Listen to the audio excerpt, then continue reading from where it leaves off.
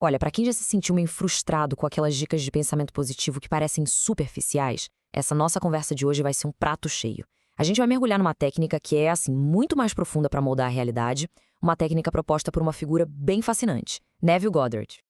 Então, para começar, vamos ser honestos aqui. O historiador Mitch Horowitz, ele acerta na mosca quando diz que boa parte desse movimento de pensamento positivo soa meio infantil. Sabe, vira aquela coisa de frase de efeito barata que faz muita gente simplesmente descartar a ideia toda. E essa crítica, que é super válida, é o nosso ponto de partida. E aí que tá a grande questão, né? Se essa versão mais popular tem suas falhas, será que existe uma alternativa, uma outra saída? E a resposta é sim.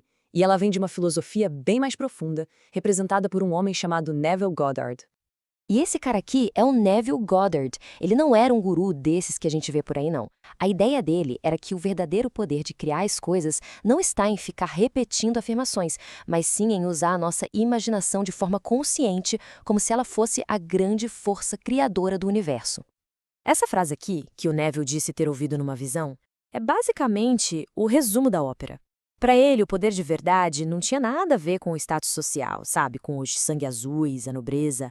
A verdadeira aristocracia, digamos assim, é a capacidade de criar a própria realidade usando a mente. Olha só que interessante essa comparação. Ela mostra bem a virada de chave que o Neville propôs. Normalmente, na oração tradicional, a gente pede ajuda para uma força que está lá fora. O Neville, ele inverteu essa lógica, ensinando que o poder criativo, que muitos chamam de Deus, na verdade está dentro da nossa própria consciência. E aqui, gente, está a ideia mais radical dele, dita com todas as letras. A ideia de que a nossa imaginação humana não é só para ficar sonhando acordado, sabe? Mas que ela é, literalmente, a força que cria o universo. É uma perspectiva que, se a gente para pensar, muda completamente o jogo sobre o nosso poder pessoal. Tá, mas aí vem a pergunta. Como é que se aplica isso na prática? E o Neville ele era bem específico sobre isso. O primeiro passo fundamental é entrar num estado mental bem particular, o chamado estado hipnagógico. Sabe aquele momentinho quando a gente está quase dormindo, acabou de acordar, que a mente está super relaxada e as imagens parecem muito reais? Para o Neville, essa era a porta de entrada para o nosso subconsciente.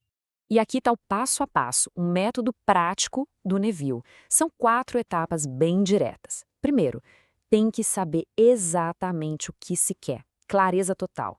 Segundo passo, criar uma cena bem curtinha na mente que já implique que o desejo foi realizado. Tipo alguém te dando os parabéns por aquilo. Terceiro, entrar naquele estado sonolento antes de dormir. E o quarto passo, que é o crucial, repetir essa cena mental até que o sentimento dela pareça 100% real. E aqui está o pulo do gato, o mais importante de tudo. Isso não é só ficar pensando, não é um exercício passivo. O grande ingrediente secreto é o sentimento, é a emoção de já ter conseguido. Sentir a alegria, o alívio, a gratidão, como se o desejo já fosse realidade.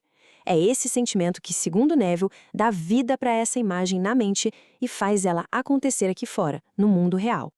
Bom, e tudo isso nos leva à pergunta de $1 milhão, né? A pergunta que todo mundo deve estar se fazendo agora. Mas no fim das contas, isso aí funciona mesmo? É uma pergunta super justa. E fundamental, claro. E a resposta que caras como Mitch Horowitz dão é muito interessante.